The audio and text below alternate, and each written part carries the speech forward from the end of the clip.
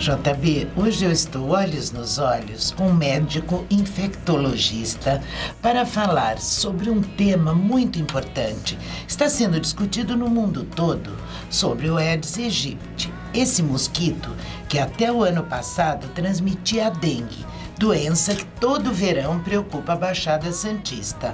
Agora transmite doenças ainda mais alarmantes. Para esclarecer este assunto, ninguém melhor do que Ricardo Aiden. Obrigada. Obrigado eu, Clara. Já há tempo que a gente não se via e fico muito feliz com esse convite. Eu também, de você estar aqui. Ricardo, qual é a origem do Aedes aegypti? Então, o próprio nome ele já nos remonta lá para aquela região do norte da África e Ásia. Perfeito. Que é onde esses mosquitos estavam mais domiciliados, pegando também um pedaço ali da região do Oceano Índico. E ele tem uma capacidade adaptativa bandida e foi se incorporando no cotidiano hoje praticamente no mundo inteiro. No mundo inteiro. Como ele chegou aqui no Brasil? Então, ele chega às vezes em cima de um container, numa carga de um avião, hoje com o advento dos jatos, viagens rápidas, né? Em cima desses toldos que existiam antigamente nas cargas de navios. Sim. Entendeu? Vinham procriando a partir de um porto de um país africano e se domiciliaram aqui. E no Brasil, suspeitas que os navios de rota curta dos portos africanos tenham descarregado esse mosquito, depois de erradicado há alguns anos atrás, no sul da Bahia. E aí, pelos caminhões, pelas lonas que antigamente os caminhões tinham ali na BR-101, foi levado para cima e para baixo. Sim, aí o caminho foi bem mais fácil, né? Bem mais fácil. Agora, eu digo a você, o que mudou? Qual foi a mutação que existiu? Porque, como eu falei na abertura, antes o problema era a dengue. Agora, qual foi a mutação desse mosquito? Porque agora é a chikungunya, é o zika vírus, como é que a gente pode interpretar? Na verdade, ele sempre teve essa capacidade de carrear mais de um tipo de vírus, né? Isso é uma capacidade intrínseca do mosquito. Essa questão da mutação que você levantou, ela é importante na medida que o uso abusivo, às vezes, desses mata-mosquitos, esses fumacês, como a gente fala, sim, podem levar os mosquitos a se adaptarem e se tornarem resistentes a alguns tipos desses, teoricamente, desinfetantes. Então, existem hoje cepas desse mosquito muito mais resistentes do que antigamente. Mas, obviamente, que as características básicas deles estão preservadas. É um mosquito que se adapta terrivelmente, porque ele vive bem em zona urbana.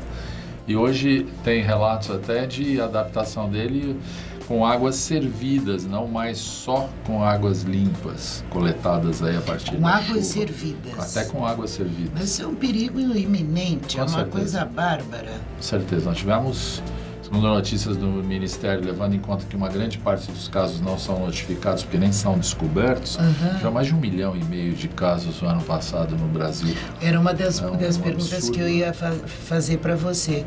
Mais recentemente, ele entrou em contato com o chikungunya, pessoas certamente que vieram de outros países e chegaram aqui. O mosquito tem uma densidade grande em zonas urbanas, pessoas que às vezes vêm com viagens aéreas, ele pica e redistribui a doença. Então a chikungunya começou, principalmente no norte e nordeste do Brasil, e agora mais recentemente Zika, que até por coincidência quem identificou o primeiro caso é um amigo nosso lá da Bahia, o Antônio Bandeira, que descreveu magistralmente o primeiro caso de Zika no Brasil. Agora, e os sintomas? Quais são os sintomas dos três? Porque a dengue é mais falada, que é dor no corpo, Isso. É febre.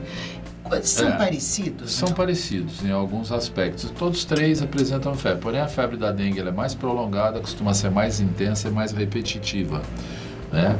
O estado geral de um paciente de dengue, quando tem um comprometimento maior, é muito mais intenso, a queda do estado geral e das manifestações clínicas.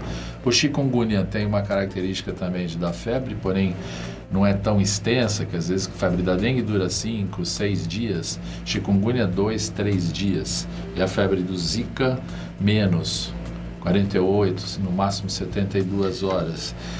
Todos apresentam com uma característica dor de cabeça importante, porém na dengue mais pronunciada, no chikungunya um pouco menos, no zika um pouco mais. No chikungunya também pode levar à morte, mas a proporção comparativamente com dengue é muito menor. E o chikungunya tem um estado clínico mais prolongado, principalmente de dores articulares, imita aí um reumatismo, como se a pessoa tivesse uma manifestação reumática prolongada, pode chegar até 6 meses depois. E zika com uma característica um pouco diferente, o quadro clínico ele é mais enxuto, digamos assim, febre, umas manchas no corpo, uma queda do estado geral, mas a repercussão, em especial na mulher grávida, na fase, né, que embrionária, dá essa microcefalia. Que era justamente isso. Eu vejo como mais grave, né, que foi como eu me manifestei no Zika vírus, por conta dessa microcefalia. Aqui, houve algum caso na nossa região que você saiba? Não que tenha sido descrito ainda e comprovadamente. A gente teve um caso lá na maternidade do Hospital Guilherme Álvaro, que se suspeitou dessa possibilidade. Os exames foram ao Adolfo Lutz, tanto para dengue quanto para chikungunya, para citomegalovírus, para zika, e todos se mostraram negativos. Eu até quero perguntar para você, quando que, suponhamos, em que momento uma doença pode ser considerada uma epidemia? Porque eu nunca ouvi falar tanto na minha vida de vírus, agora é o Zika vírus, a outra hora é outro vírus, e a pessoa passa mal, não tem um vírus, está com um mal-estar de estômago, seja o que for, não, é vírus. O que está acontecendo? Na verdade, quando você tem uma média histórica de casos anotados, e na sequência, no ano subsequente, você tem um aumento proporcionalmente maior do que aquela média, você considera uma epidemia. Agora, se partir do princípio que nós não tínhamos zika e começarem a aparecer casos, já é teoricamente, por definição, uma epidemia. Uma epidemia, né? Já se pode considerar. Pode se considerar. O estado de São Paulo começou a notar casos em Bauru, em Salto, mas assim, onde a coisa explodiu, todos esses meus colegas infectologistas que eu tenho bastante contato, que são lá do Norte e Nordeste, em especial no interior da Bahia, Feira de Santana, etc., eles estão atropelados por chikungunya e por zika. Agora, já existe vacina para dengue, correto? Existe. Já tem uma vacina disponibilizada em clínicas particulares chegando e que imuniza contra os 4 tipos de vírus, em especial para aquele vírus que ainda não nos atingiu de forma tão expressiva, porque entrou por último, que é o vírus do tipo 4. Sim. É o que melhor imuniza com essa vacina. Agora, e para o chikungunya e para o zika? As vacinas estão sendo buscadas em forma acelerada em diversos centros do mundo que desenvolvem vacina, Instituto Pasteur em Paris, aqui no Brasil, no Butantan, Instituto Manguinhos, Oswaldo Cruz. E não sei quem que vai ganhar a corrida, às vezes vários grupos desenvolvem quase que simultaneamente vacinas eficientes, porque também há uma guerra aí de mercado também. De mercado. Agora, o presidente Barack Obama, ele pediu inclusive que fosse acelerado, agilizado nesse processo de desenvolvimento da vacina. Com certeza. Eu digo para você, e como normalmente é feita uma vacina? Então, você tem que ter os sujeitos, as pessoas que, logicamente, estão infectados, você isola o vírus, faz passagens dos vírus em laboratório.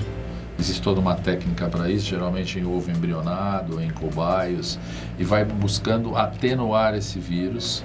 E, logicamente, que tenta isolar desse componente genético do vírus, o que a gente chama de determinante antigênico, pedaços do vírus que, se colocados em você, não vão reproduzir a doença, mas vão induzir que o seu corpo fabrique anticorpos. Como a gente vê, por exemplo, na vacina da gripe ou vacina de outras doenças infecto-contagiosas. Ou, às vezes, o próprio vírus vivo, porém atenuado. Não reproduz a doença, mas induz em você uma resposta de produção de anticorpos e você fica protegido. O vírus do sarampo, por exemplo, é um exemplo disso, vírus da catapora.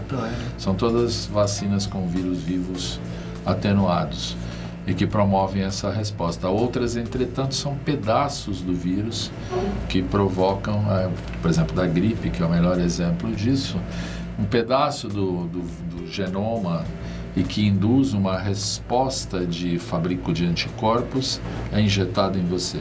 Entendi. Então, aquela história de que eu tomei vacina de gripe e tive gripe, não é o caso. Não há como uma vacina reproduzir a doença nessa circunstância. Nessa circunstância, né? Como pode a população de Santos e os turistas ajudarem no combate a esse mosquito? Essa é uma ótima colocação, porque é aquilo que a gente gosta mais de falar, às vezes um pouco menos da doença e do tratamento, e sim de como preveni-la. Preveni-la é entrar em guerra com o mosquito com todas as forças. Então, qualquer pessoa que more em algum lugar, seja uma casa, um edifício de apartamentos, deve fazer uma busca ativa de possíveis focos semanalmente, cuidar dos vasos de planta, de pneus, garrafas, usar todos aqueles recursos, não deixar água parada, desentupir calhas. No edifício de apartamentos, conversar com o síndico, promover uma divulgação com folhetos de apoio, conversar com os moradores do prédio no intuito de ver se quem tem algum tipo de vaso que coleta água no primeiro, no segundo andar, porque esse mosquito voa abaixo, mas pode subir às vezes de carona na cabine do elevador.